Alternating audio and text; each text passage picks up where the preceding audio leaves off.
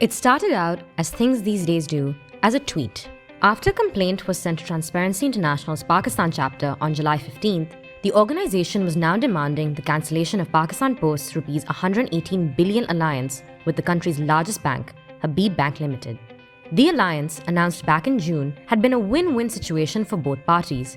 Pakistan Post would use HPL's Connect platform to provide financial services to its customers, and Connect would increase its footprints from 40,000 to 53,000 digital agents. The result was supposed to be increased financial inclusion.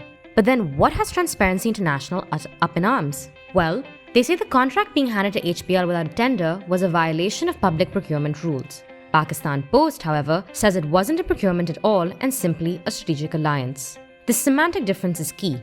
It means the alliance does not fall under PPRA rules because no public funds and no government equity is involved. But then, if government money is not being used, where is this investment portfolio of 118 billion rupees coming from?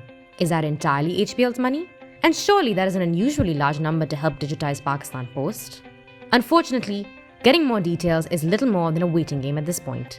It goes to show the peril of public-private partnerships in Pakistan. The only question that remains is, will the post office be able to improve financial inclusion in Pakistan? Meiryum and Syeda Masooma report. One should not look at Pakistan Post just through the prism of actual post. The company also provides critical financial services and has been doing so since it was created under the British Raj. Today, the post office helps transfer money within the country and remittances from abroad, but this is a declining business. In 2008, around 9.3 million transactions were recorded. By 2017, the number had dropped to 4.8 million. But more importantly, the post office provides buying and selling of instruments on behalf of the Central Directorate of National Savings, or the CDNS. In fact, Pakistan Post contributes 25% to inflows of all gross investment in national savings schemes, a share that has stayed consistent between 2008 and 2018. For comparison, banks have only contributed 3% in the same time period, meaning the post office cannot be underestimated. It is affordable, accessible, trustworthy, and practical.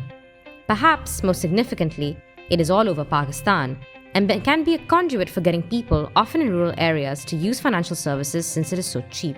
With government backing, people that wouldn't otherwise use banks trust it, and has already begun a number of services in the last year or so, which have proven that the post office can be used for further financial services.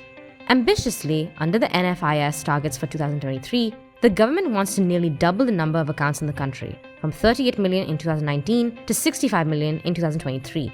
And for women accounts to rise from 14.4 million accounts in 2019 to 20 million in 2023. So, what would that look like?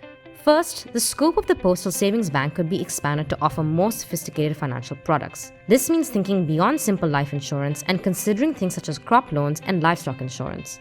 Second, people, especially young people, need to be educated and incentivized to use the accounts at postal banks. Anyone who gives a metric exam, for instance, would have to have a postal savings account. Surprising as it may sound, the Pakistan Post can do wonders for financial inclusion.